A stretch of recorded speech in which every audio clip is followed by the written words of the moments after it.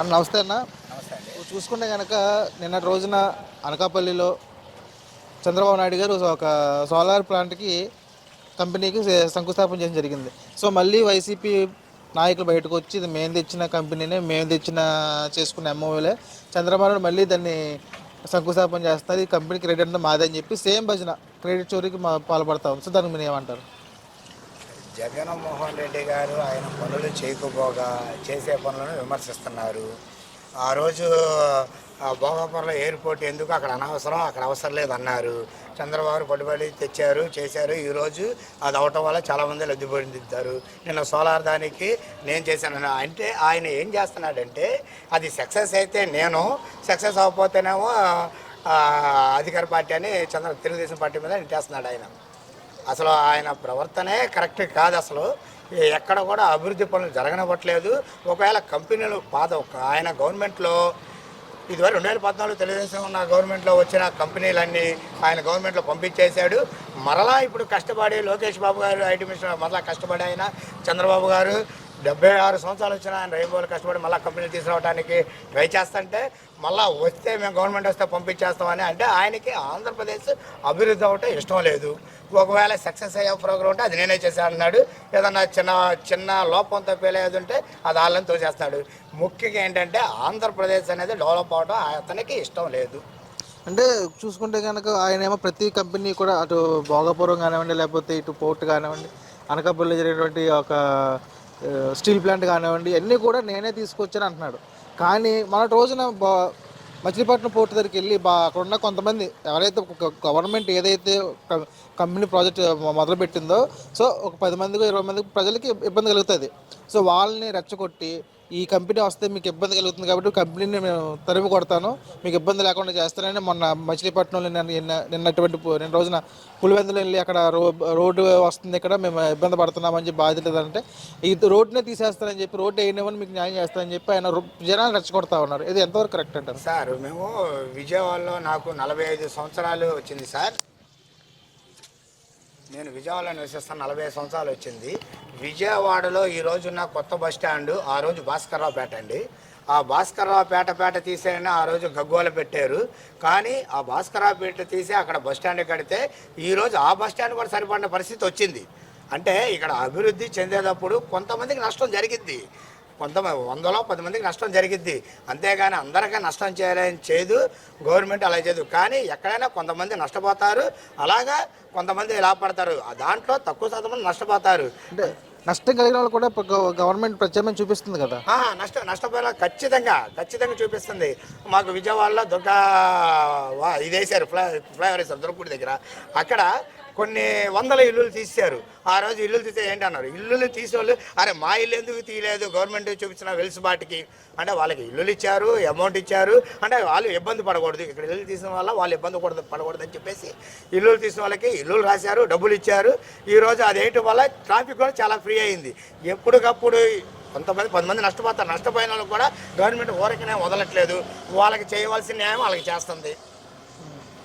అంటే అలా చేస్తుంది. కానీ వీళ్ళు ఏం చేస్తే అక్కడ జనాలు రెచ్చగొట్టి ఈ కంపెనీని నేను తీసేస్తాను, రానేమో వేరే చోట తరలిచ్చేస్తాను, అంటే వేరే చోట మొత్తం మన రాష్ట్రాన్ని తరలిచ్చేస్తానని చెప్పి ఆయన అంటున్నాడు కదా. అంటే కంపెనీ వస్తే మన రాష్ట్రం బాగుపడుతుంది, కానీ ఇలా తరిమి కొడితే ఎందుకు బాగుపడుతుంది మన రాష్ట్రం? సార్ అలాగే జరిగి అమర్ రాజా బ్యాటరీ కంపెనీ ఉండేది సార్. అమర్ రాజా బ్యాటరీ కంపెనీ ఉండేది. ఆయన దరిద్ర కొలది ఏంటంటే ఆయన టీడీపీ ఎంపీ అయ్యాడు. దాంట్లో 50,000 మంది వర్కర్లు ఉంటారు. అలాంటి అమర్ రాజా కంపెనీని ఇక్కడ నుంచి వెళ్ళిపోయి తెలంగాణలో వెళ్ళిపోయేలా చేశాడు. ఆ రోజు ఉన్న తమిళనాడు ముఖ్యమంత్రి అయితే మేము స్థలం ఇస్తాం, కరెంట్ ఇస్తాం, మీకు అన్ని వెసులుబాటు చేస్తాం, కాకపోతే మా స్టేట్ వాళ్ళకే ఉద్యోగాల వల్ల ఆయన చెప్పాడు. ఎందుకు ఆ కంపెనీ వల్ల 50,000 60,000 మందికి ఉద్యోగాలు వస్తాయి కాబట్టి ఆయన చెప్పాడు. అలాంటి ఉన్న కంపెనీని కూడా నువ్వు పక్షపాత బుద్ధితో అది టీడీపీదని నువ్వు ఇక్కడ నుంచి కంప్లీట్ తీసావే, పక్క రాష్ట్రం వాడు అన్నీ విమర్శిస్తున్నాడు, మన దగ్గర అన్నీ లాక్కెళ్ళిపోతున్నాడు. పక్క రాష్ట్రాడు మన విమర్శిస్తున్నాడు, మన దగ్గర లాక్కొని వెళ్ళిపోతున్నాడు. టీఆ కంపెనీ ఏమైంది? అమర్ రాజా ఈరోజు 50,000 మంది దాంట్లో పనిచేసే ఎంప్లాయీలు బేల అయిపోయారు. అలాగా కంపెనీలు వస్తే ఉద్యోగాలు వస్తాయి.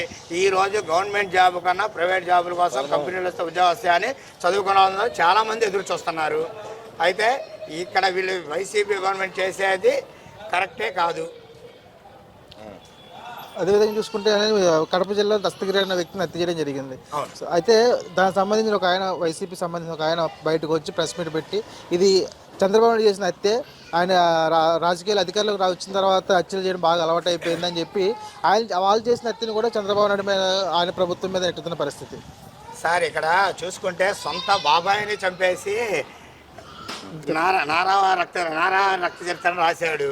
ఇప్పుడు సొంత బాబాయిని చంపేసి తర్వాత వెలుగులోకి ఏమొచ్చింది జనాలంతా చూస్తున్నారు.